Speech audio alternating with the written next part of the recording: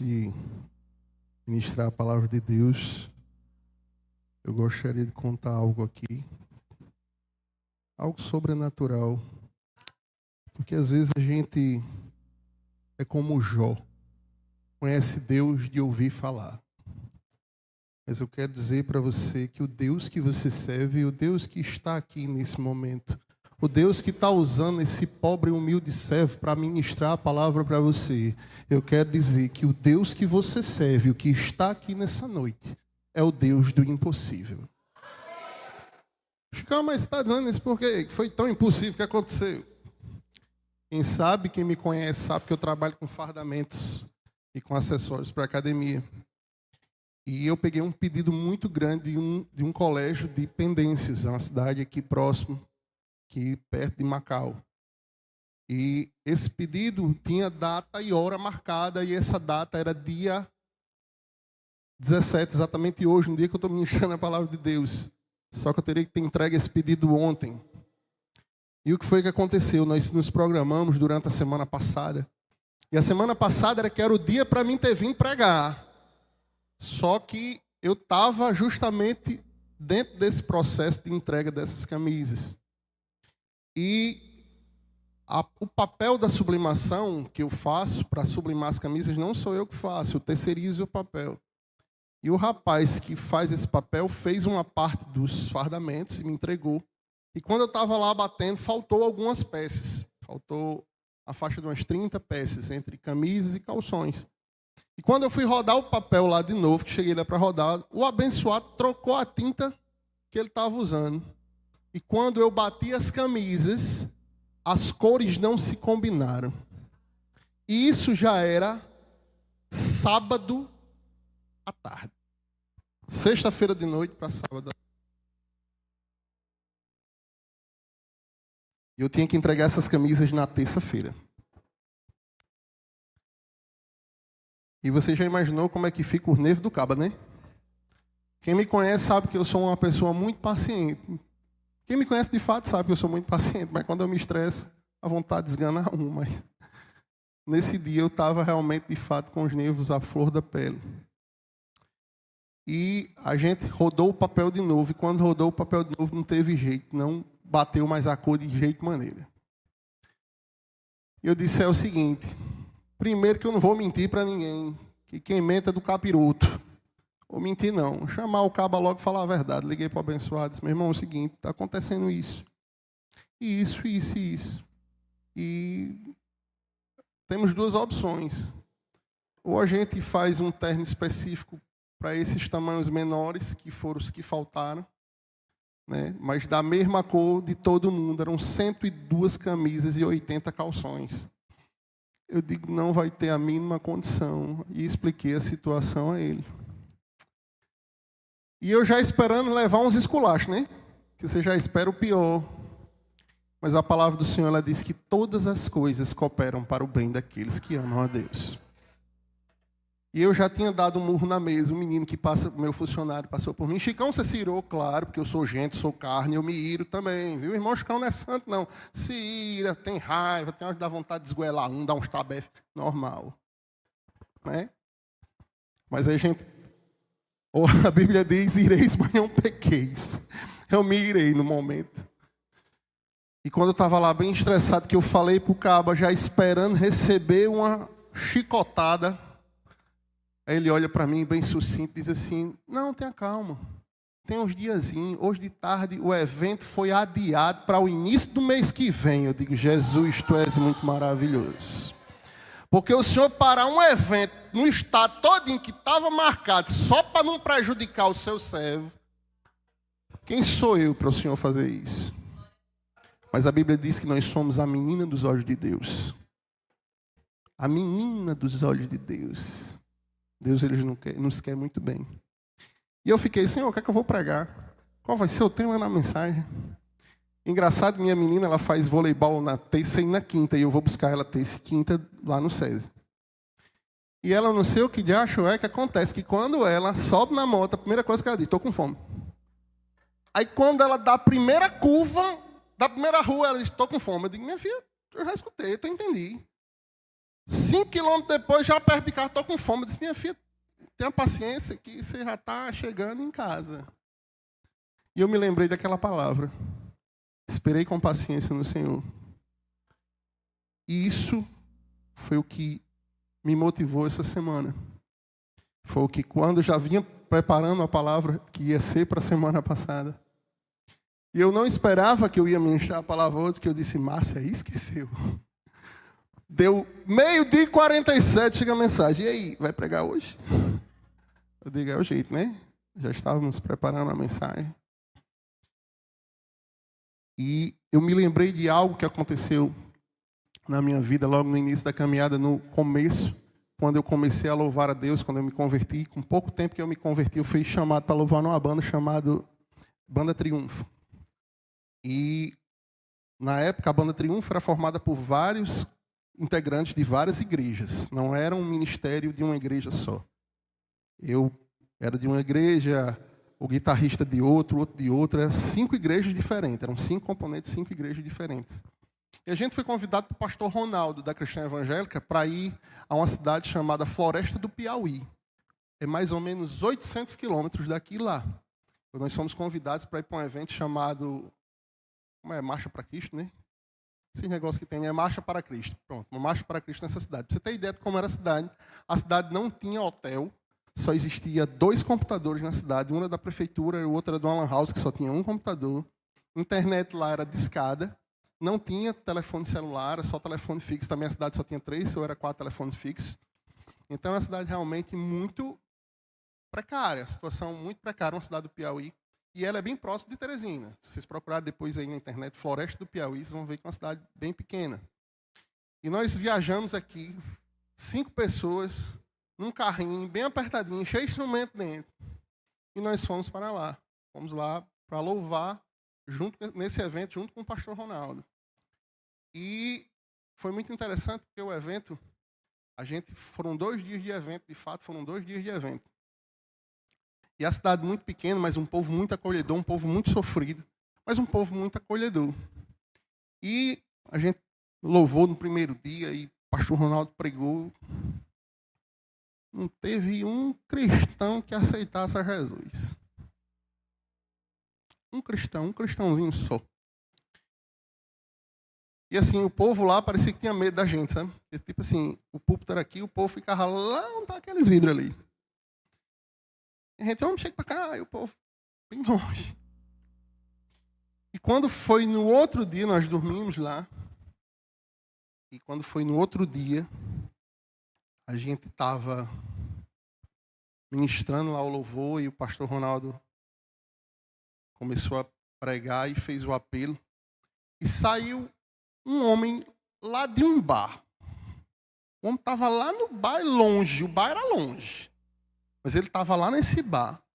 E ele saiu desse bar e veio chorando, berrando, se acabando de chorar para a frente do púlpito. Quando esse homem chegou chorando na frente do púlpito, o resto da cidade inteira começou a chorar. E ninguém entendia nada com nada. Eu fiquei sem entender. E todo mundo olhando para a cara do outro. E a cidade chorando, e a igreja chorando. E começou o povo a pular. E a manifestação do poder de Deus foi algo tão tremendo que a gente ficou sem entender nada. E quando terminou o culto, né? A gente saiu para jantar, já era... O culto terminou quase 1h da manhã.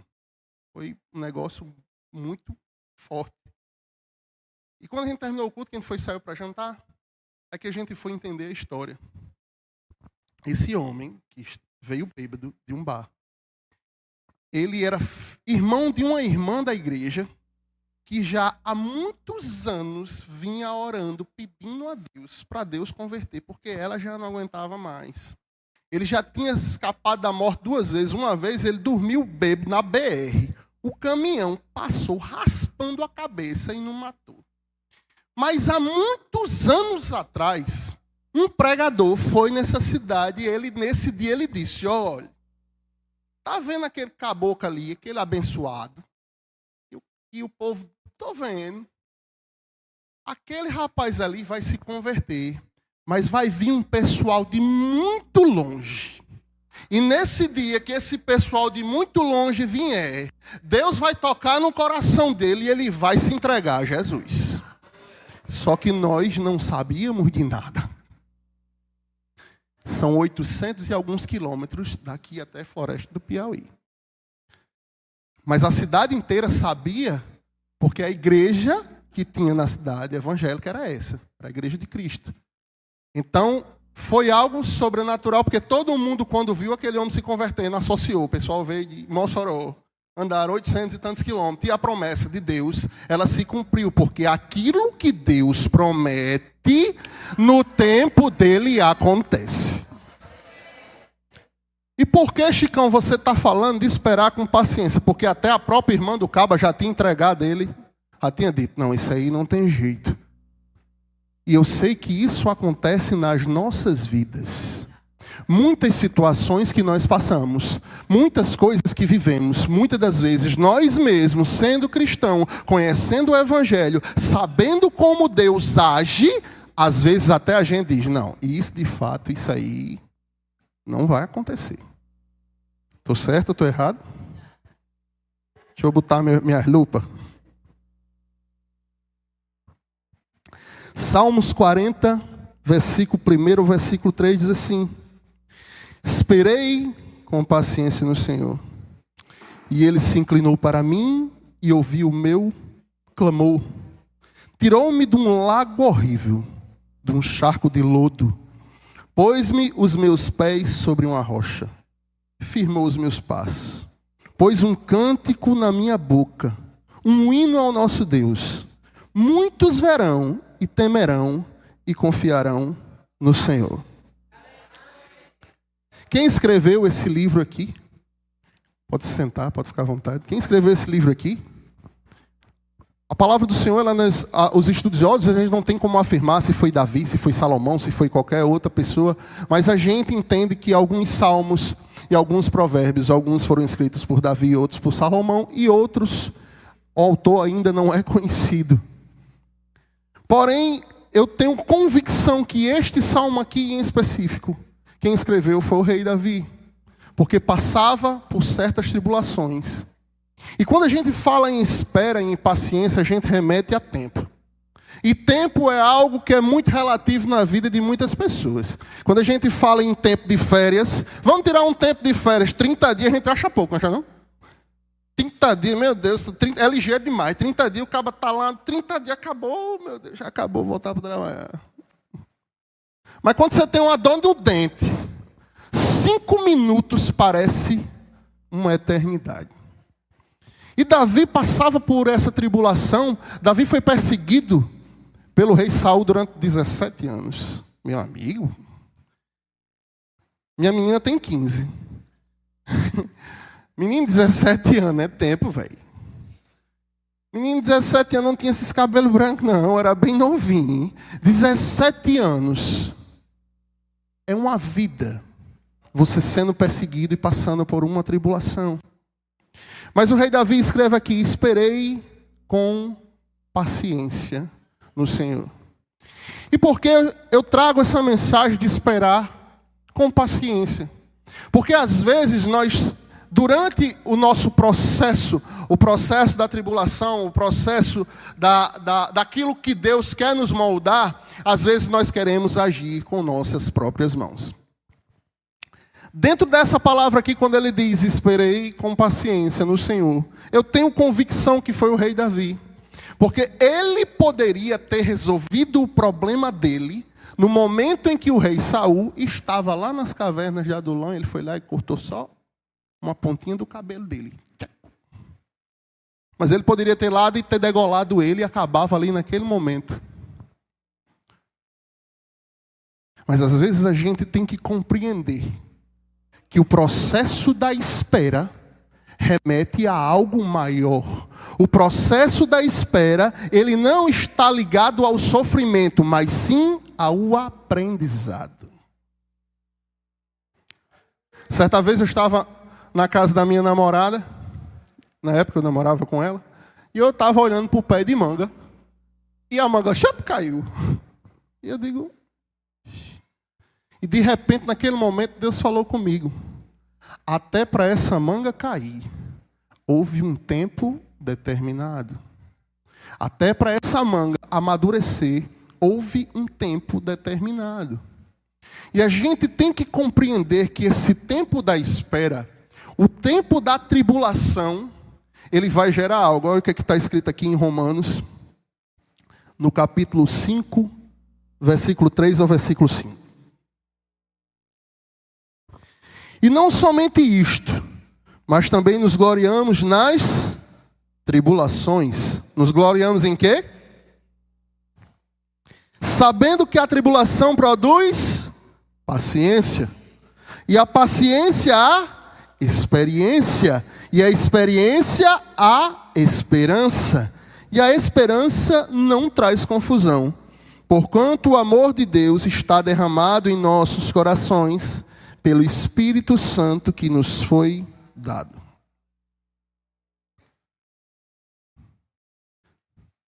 Fica, mas esperar dói, claro que dói. Principalmente nos dias em que vivemos. Nós vivemos em um tempo onde o cabo a hora de manhã e quer que Deus atenda de meio-dia.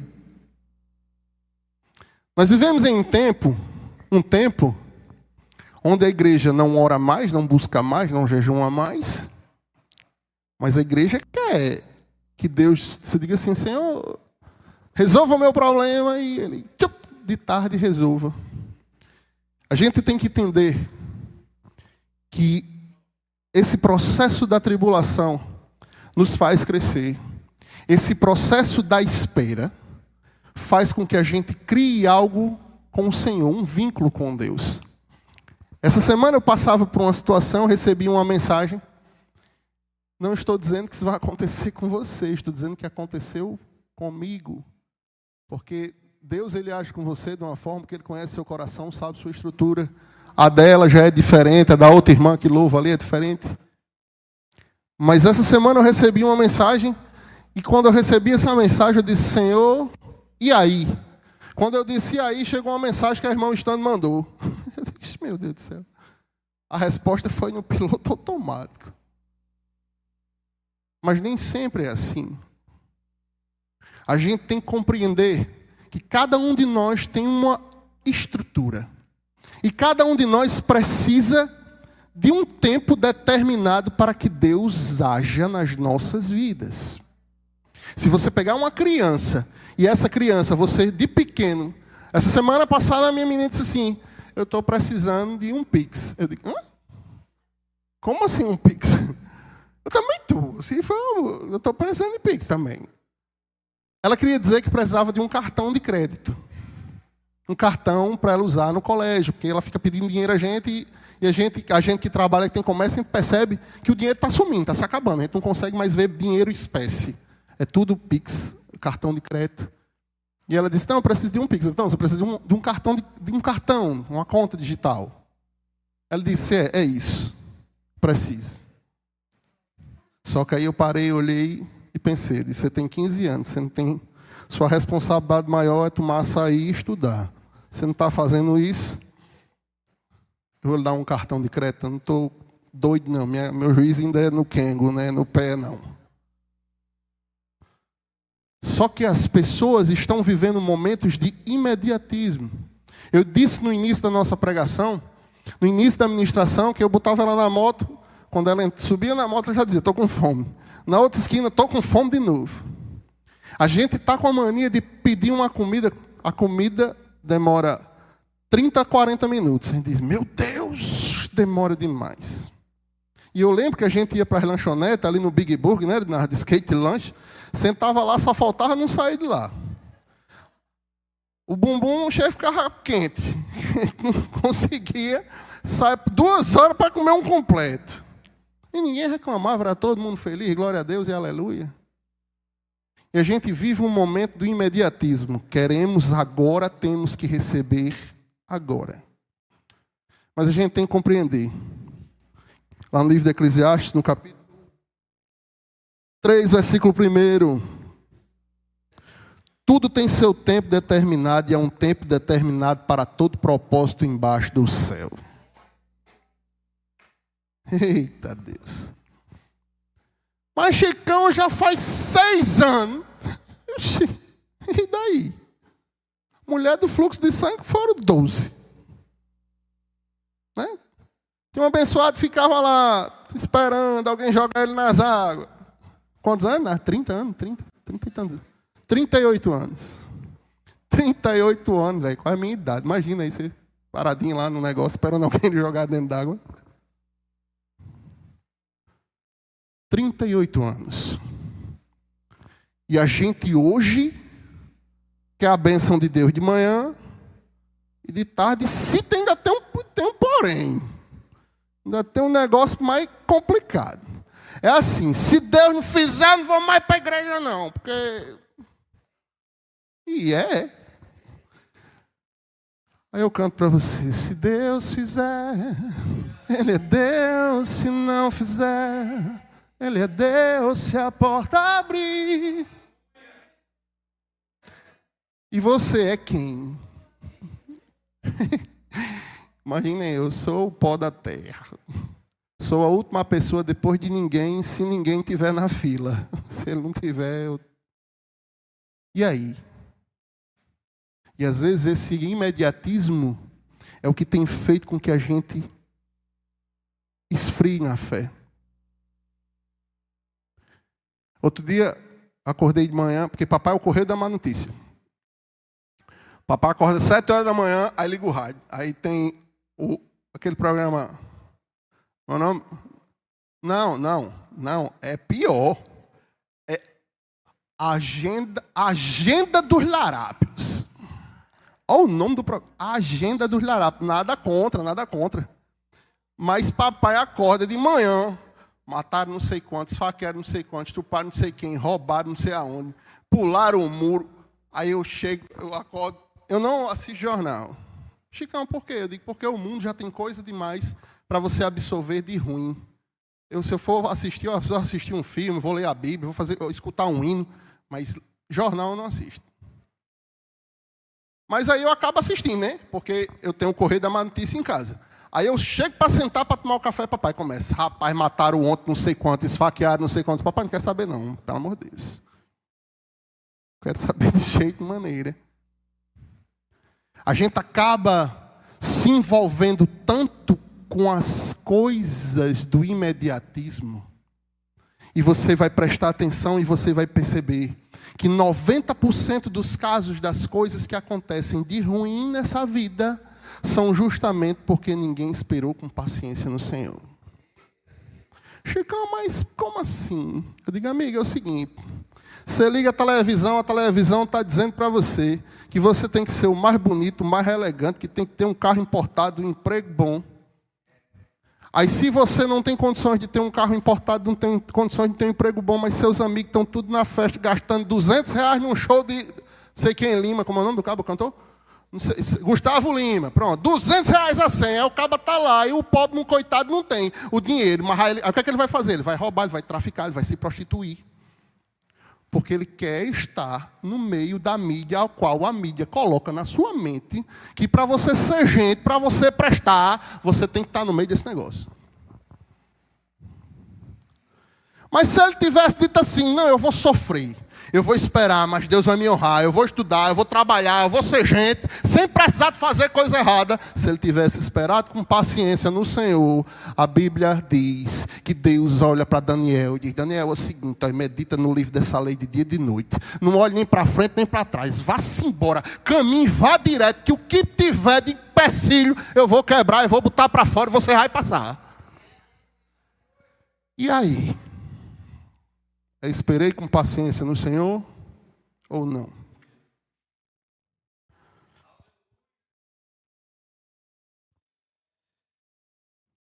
E é engraçado isso que essa questão da paciência é algo que até o próprio Jesus nos ensinou. Se Jesus ensinou a esperar, claro que Jesus ensinou a esperar. Jesus estava naquela festa, né? Chegou naquela festa, o primeiro milagre de Jesus foi transformar a água em vinho. Mas tem uma palavrinha que Jesus disse antes, quando Maria, sua mãe, chega para Jesus e diz, mestre, olha, faltou vinho na casa aí, o povo está tudo atribulado, Ele olha para a mulher e diz: mulher, o que tens tu comigo? Não é chegado ainda a minha hora. O próprio Jesus estava dizendo que nem para ele mesmo, que era o Filho do Deus Altíssimo, o próprio Deus reencarnado na terra, para ele fazer algo, existia um tempo determinado, um propósito para aquilo. Mas nós, seres humanos, pecadores, fracos, menino, pó da terra, nós queremos apressar e adiantar o tempo de Deus. E é nisso que acabamos nos prejudicando. Quantas pessoas tem aqui nesse lugar que já fizeram algo e se arrependeram porque não esperaram o tempo de Deus? Levante a mão. Oi. Mas se tivesse esperado a vontade de Papai do Céu, não tinha dado certo? Tinha sido melhor. Eu namorei 5 anos com uma menina e todo mundo dizia: pronto, agora casa. 5 anos, agora casa mesmo. Os cabelos já estavam começando a ficar branco. Rapaz, Chicão agora vai casar, agora vai mesmo. Depois de 5 anos, acabou. A mulher chegou e disse: não dá mais certo não. Eu digo: valeu. Sim, não. Eu amei. Eu passei 2 anos e meio sem namorar com ninguém. E tinha um bocado de pretendente, né? E eu dizia: não. Eu quero uma mulher assim, assim e assado. Só esqueci alguns detalhes, né? Pode dizer assim: não seja muito bruta, não seja violenta, seja mais da paz, né? Mas eu esqueci, já foi, né? Mas eu dizia: Senhor, eu quero assim. Eu acordava de madrugada e orava: Senhor, eu não quero uma mulher assim. Não quero as novinhas, nem quero as anciãs. Eu quero uma mulher da minha idade. Eu quero assim, assado.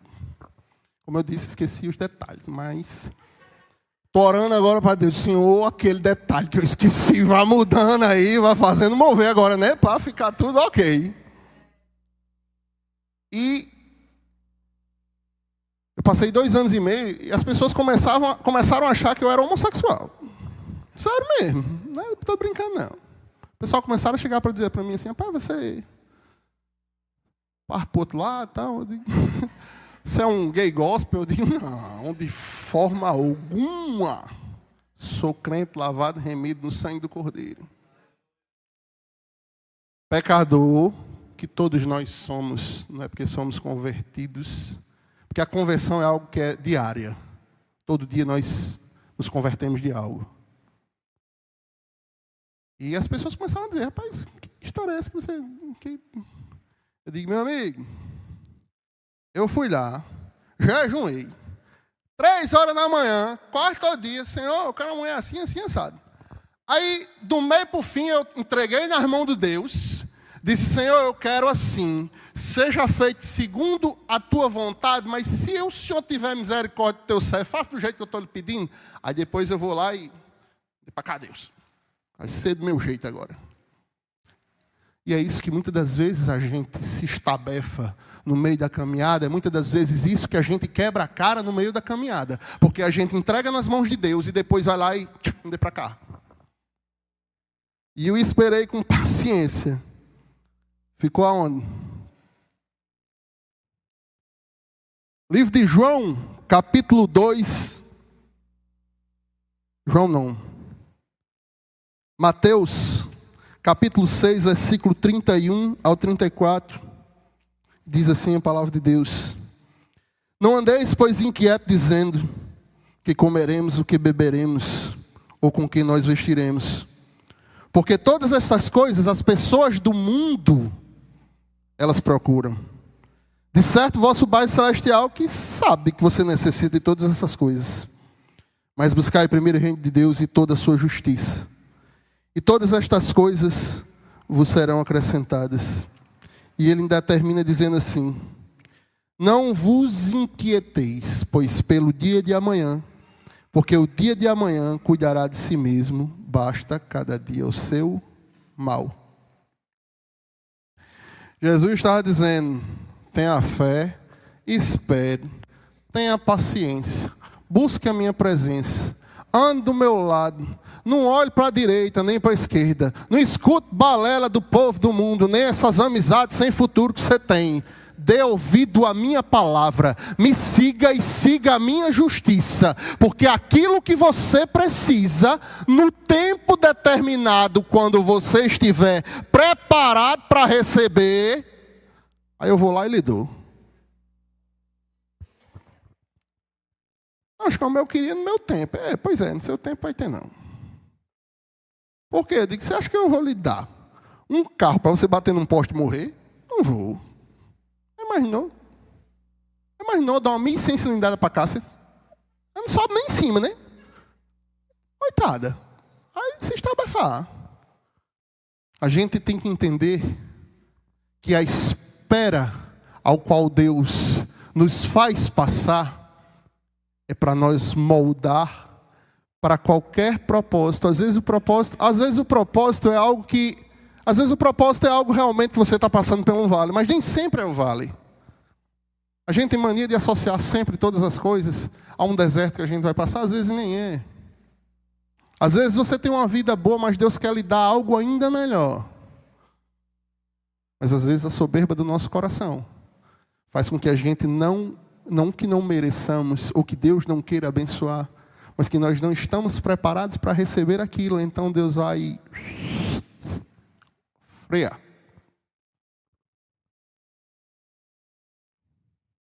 Deus dá aquela freadinha. Aí a gente começa a quebrantar o coração.